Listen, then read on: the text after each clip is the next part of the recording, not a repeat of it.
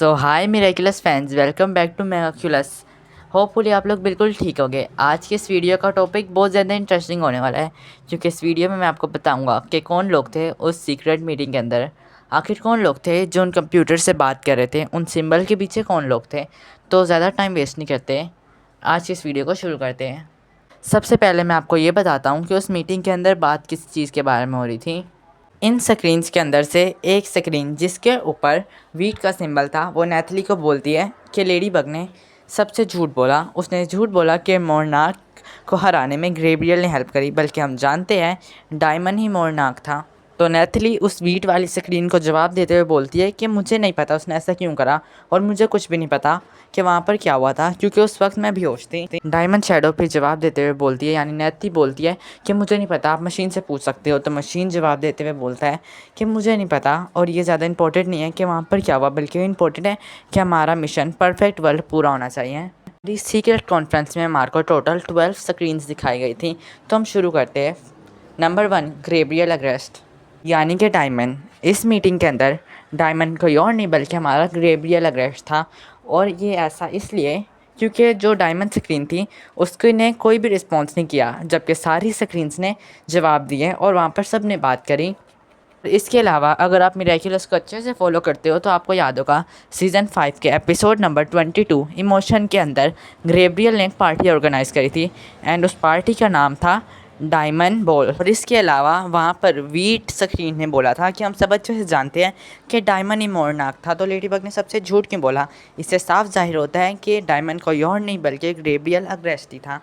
तो चलो अब हम अपने दूसरे पर्सन की तरफ बढ़ते हैं। दूसरा पर्सन कोई और नहीं बल्कि मिसेस टोमो थी, यानी कि मिसेस सनुकी थी। पीछे मिसेस सनुकी ही थी जो मशीन के पीछे से बात कर रही थी। इसके अलावा हम सब जानते हैं कि नेथली के अलावा मिसेस सनुकी ही थी जो ग्रेबियल की मदद करी थी लेडीबग और कैटनोर के मिरेकुलस को हथियाने में। अपने इस मिशन के लिए ग्रेबियल और मिसेस सनुकी ने अपना एक प्रोजेक्ट भी लॉन्च करा था अलायंस का। और बहुत दफ़ा ऐसा हुआ है कि मिसेस सनुकी ने ग्रेबियल की हेल्प करने के लिए अपने आप को खुमाटाइज भी करवाया। और अगर आप मिरेकुलस को अच्छे से फॉलो करते हो तो वो एक बड़ी टेक कंपनी की मालिक भी है, और हमने उसके टेक्नोलॉजी वाली चीज़ें भी देखी हैं, जैसे कि अलायंस रिंग हो गई। उसके अलावा मिसेस सनुकी की ऑटोमेटिक कार, और एक दफ़ा जब क्लोई अकुमाटाइज हुई थी क्वीन मेयर में, तो वहाँ पर जो रोबोट पुलिस थी वो भी मिसेस सनुकी ने ही दी थी ग्रेबियल को, यानी कि मोरनाक को दी थी, ताकि वो लेडी बग और कैटनोर की मिरेकुलस हासिल कर सके। और हम अच्छे से जानते हैं कि मिसेस सनुकी भी बहुत ज़्यादा ऑब्सेस्ड है परफेक्ट चीज़ों से। अब हम अपने थर्ड पर्सन की तरफ बढ़ते हैं, और वो हमारा थर्ड पर्सन था वीट। और वीट के पीछे था वो मिस्टर स्कॉट था, यानी कि नेथली का डैड। इस बात की कंफर्मेशन हमारे को मीटिंग के आखिर में मिलती है, जब सारी स्क्रीन चली जाती हैं तो वीट जो होता है वो बोलता है कि नेथली तुम्हें पूरा काम करना है। तो नेथली आगे से उस वीट को जवाब देते हुए बोलती है यस डैड, यानी कि जो वीट वाली स्क्रीन के पीछे था वो कोई और नहीं बल्कि नेथली का डैड था। और नेथली के डैड को आखिर में मिरेकुलस क्यों चाहिए, ये जानना बहुत ज़्यादा इंटरेस्टिंग होने वाला है।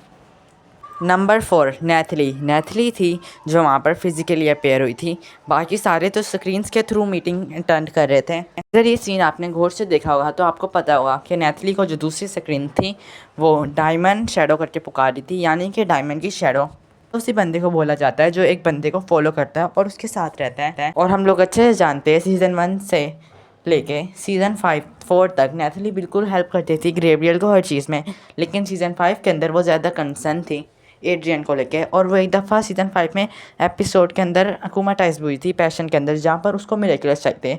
आखिर नेथली को किस पर्पज़ के लिए मिरेकुलस चाहिए थे, ये अभी भी एक बहुत बड़ा क्वेश्चन है। नंबर 5, सरीस यानी कि लाइला। अदरवाइज़ हम ये जानते हैं कि सरीस ही क्रिस्टलिस है, लेकिन फिर भी वो इनमें से एक हो सकती है। इसके बारे में हमारे को एपिसोड नंबर 2 में पता चला था, अगर आपने एपिसोड नंबर 2 ध्यान से देखा होगा तो। सरीस रेस्टोरेंट में बैठी होती है और कुछ लिख रही होती है, और साथ में बोलती है कि तुम मेरे बारे में कुछ नहीं जानती हो, हमारे बारे में कुछ नहीं जानती हो, और उनके बारे में भी कुछ नहीं जानती। मेरे से उसका मतलब ये होगा कि मैं खुद, और हमसे यानी कि मैं और क्रिस, और उनसे यानी कि सीक्रेट काउंसिल के मेंबर्स से। ऑल्सो कि हम अच्छे से जानते हैं कि सीरीज़ का प्लान पूरी दुनिया और पूरी हिस्ट्री को चेंज करना है, ना कि दुनिया को बेहतर बनाना। अगर आप थोड़ा डिटेल में सोचो तो जब भी हमारे को क्रिस्टलिस दिखाई जाती है तो हमेशा अलग आवाज़ में बात करती है, यानी कि दूसरे काउंसिल्स के मेंबर की हेल्प लेती है क्रिस्टलिस। अभी तक मैंने जिन सब के बारे में बात करी वो सब तो कंफर्म ही है कि इस काउंसिल के मेंबर है।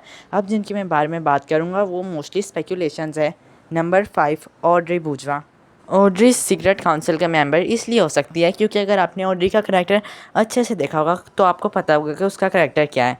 वो एक सेल्फिश वुमेन है जिसको हर चीज़ परफेक्ट चाहिए, इतनी परफेक्ट चाहिए कि उसको अपनी बेटी का नाम नहीं पसंद। उसके अलावा जो उसका हस्बैंड है उसने अपने सपने छोड़ दिए और मेयर बना ताकि वो ऑड्री को इम्प्रेस कर सके। इतना सब करने के बावजूद भी अगर आंड्रे से छोटी सी भी गलती होती है या फिर वो ऑड्री की बात सुनता नहीं है तो वो बहुत ज़्यादा ऑफेंड हो जाती है। इतनी कि उसे अपनी बेटियों की भी बिल्कुल केयर नहीं, उसे बस हर चीज़ परफेक्ट चाहिए, जो इसलिए वो परफेक्ट वर्ल्ड प्लान का पार्ट हो सकती हैं। नेक्स्ट पर्सन कोई और नहीं बल्कि एड्रियन के नाना है, यानी कि एमिली के फादर। इन स्क्रीन्स में से एक स्क्रीन का सेम वैसा लोगो है जैसे कि एड्रियन के नाना के गले में जो ब्रोच है उनकी टाइप पे जो लगा हुआ है, सेम वही लोगो उनमें से एक स्क्रीन के ऊपर लगा हुआ है। क्योंकि एमिली के डैड को भी हर एक चीज़ बिल्कुल परफेक्ट चाहिए एंड वो भी एक परफेक्ट दुनिया को ही चाहते हैं ज़रूर। इसके अलावा जो नेक्स्ट पर्सन है वो कोई और नहीं बल्कि एमिली की बहन एमिली है। नेक्स्ट पर्सन एमिली की बहन एमिली हो सकती है क्योंकि उसने अपने पेरेंट्स की हर बात मानी और उस शख्स से शादी की जिसमें वो प्यार नहीं करती थी, सिर्फ अपने पेरेंट्स की खातिर। शायद इसलिए उसको भी चाहिए मिरेकुलस लेडीबग और कैट नोर का, ताकि वो भी एक परफेक्ट वर्ल्ड पा सकें जहाँ पर उसकी मर्ज़ी पूरी हो। और अब एक और बंदा है, शायद वो भी हो सकता है इस काउंसिल का मेंबर, और वो कोई और नहीं बल्कि ऑड्री बूजवा का पहला हस्बैंड यानी कि जोई का बाप हो सकता है।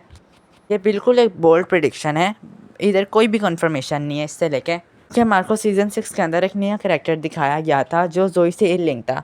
शायद वो जो उसका डैड है जोई का, उसका कोई बेटा हो, एंड शायद जो जोई का फादर है वो इस काउंसिल में एक सीक्रेट बंदा हो। जो भी कहो, इस सीक्रेट काउंसिल की वजह से सीज़न 6 बहुत ज़्यादा इंटरेस्टिंग हो चुका है और डे बाय डे हमारे को कोई नई मिस्ट्री दिखाई जा रही है सीज़न 6 के अंदर। एंड अगर आपको ये वीडियो पसंद आई हो तो इस वीडियो को लाइक करो, मेरे चैनल को सब्सक्राइब करो, एंड थैंक्स फॉर वॉचिंग।